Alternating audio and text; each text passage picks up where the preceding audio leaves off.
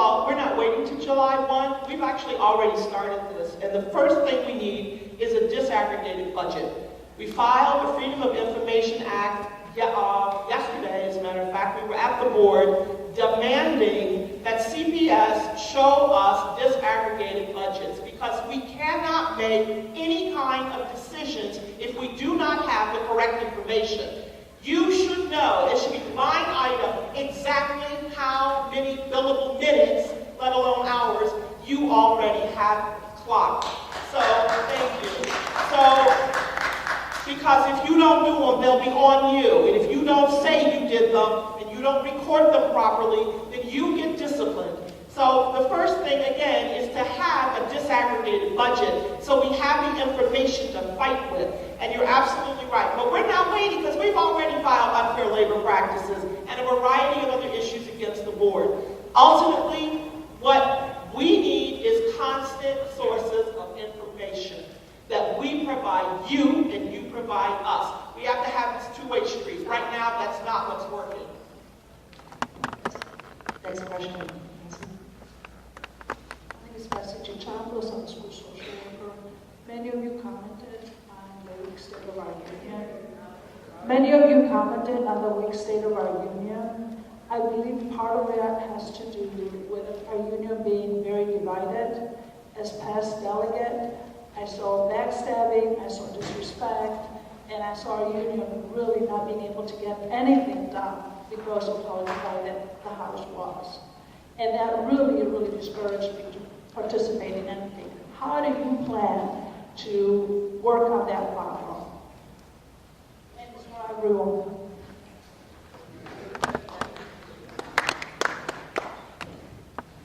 Good question. Yeah, there's a lot of former delegates. The turnover in the House of Delegates over the past, since the UPC's been in charge, has been 75% of the delegates have left because of the disharmony, the lack of democracy, the lack of transparency, the lack of accountability. So we need a united union. Now more than ever before, our entire membership is on alert. We know what's going on. Our members across the city are getting information about cuts and class size increases and things. So now more than ever, we need to be unified. Never before in the history of CTU have there been 5 groups vying for the union presidency. It is my belief that, we're assuming that there will be a runoff because our union constitution requires a majority plurality. So what's going to happen if the current leadership is one of those 2 top contenders, then the other groups are going to have to fall in together and work to get a different vision in the union because we are in a crisis and we have to hang together.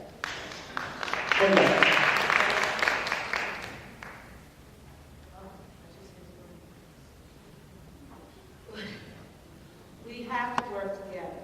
Just like Debbie was saying, the union is weak because we're fighting each other. We shouldn't be fighting union members.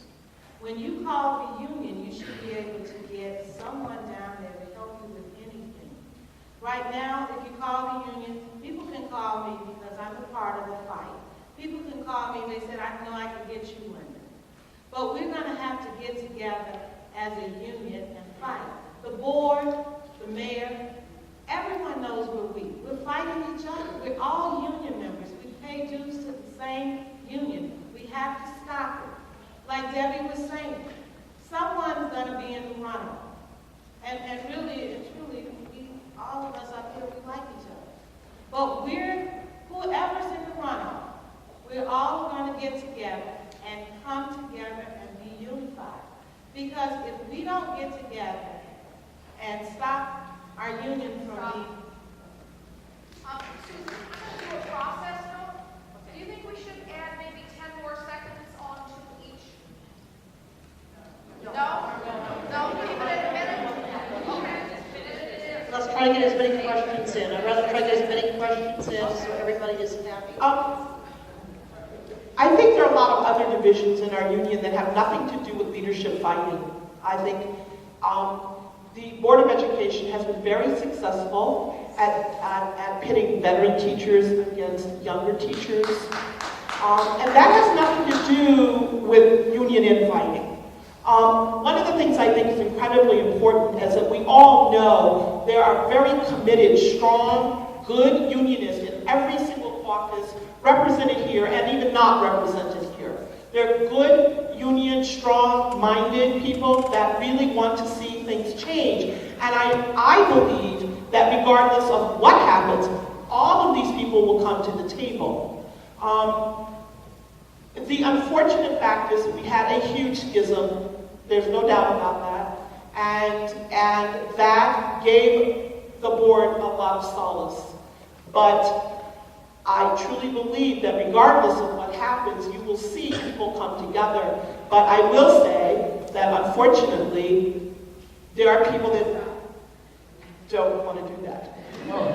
Okay, for the last 10 years, I've been in that House of Delegates. I've seen it, and it's a horrible thing, the division. But there are good people in all the caucuses. And I've been fortunate enough to work with a lot of people in all the different caucuses. The reason the School Employee Alliance is together is to build the first ever multi-caucus Chicago Teachers Union. The Stewart private club mentality has got to go. And just for the record, the first time there was ever the word privatization in any contract, and this is just for the record, no intention to take any jabs at Ms. Lynch, but the first time it appeared in the contract was in this contract.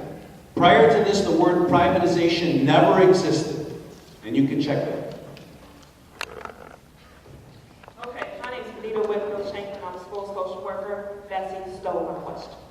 So, I'm still going to take the opportunity to ask it anyway, in the way I would have asked it. I also was a former delegate. I also saw all the horrendous, just the mess at the union. It just made me sick. I couldn't even barely go home because it was so awful. This is how awful it is. Every single freaking day that we go down there, they fight for the microphone. They punch each other out. They ask ridiculous questions. You know, some people say there's no such thing as a stupid question. There is a stupid question. They would come to the microphone and they would say, "Thank you, Ms. Stewart, for giving us the opportunity to ask a question." And I'm standing back there 15 feet away trying to ask a question, a real question. Like, why in the world are we spending $500,000 on furniture? Why are we not owning our own building? Why do we have $3 million on rent every freaking year? You know, I wanted to ask those kind of questions, but those questions never got asked because we had to put up with all this mess. First of all, it's not $3 million. It's a little under $1 million of rent for that Merchandise Mart office. Yeah. So, but that's still a lot of money. You know, it's a lot of money even in a $30 million a year budget. I've been unfortunately I've seen the UPC in caucus meetings set up those questions purposely, premeditated questions just to burn time. That's what disgusts me, and that's why I'm running for president of the Chicago Teachers Union. Because the bottom line is, we have to start doing things the right way. And again, I think myself and my 36-year veteran who's been on every strike that this union has ever had are the 1-2 punch that we need to stand up to Huberman and tell him, wait a second, things are changing now. Glad to speak to that again because that is one of the reasons why I'm running again. I'm running not for the glory, not for the money. Our group got salary based on the salary schedule. Our group cut the excessive benefits of the staff down there, which maybe is even more. We were there to work day in and day out for the members of this union because the members of this union deserve to know their union has their back again. They deserve to know that when they call the union, they're going to get help, they're going to get an answer. And it used to be before we got in 2001, it was a joke to say, oh, I have a problem, I'm going to call the union. Sad to say, today, people have a problem, they don't even think to call the union anymore.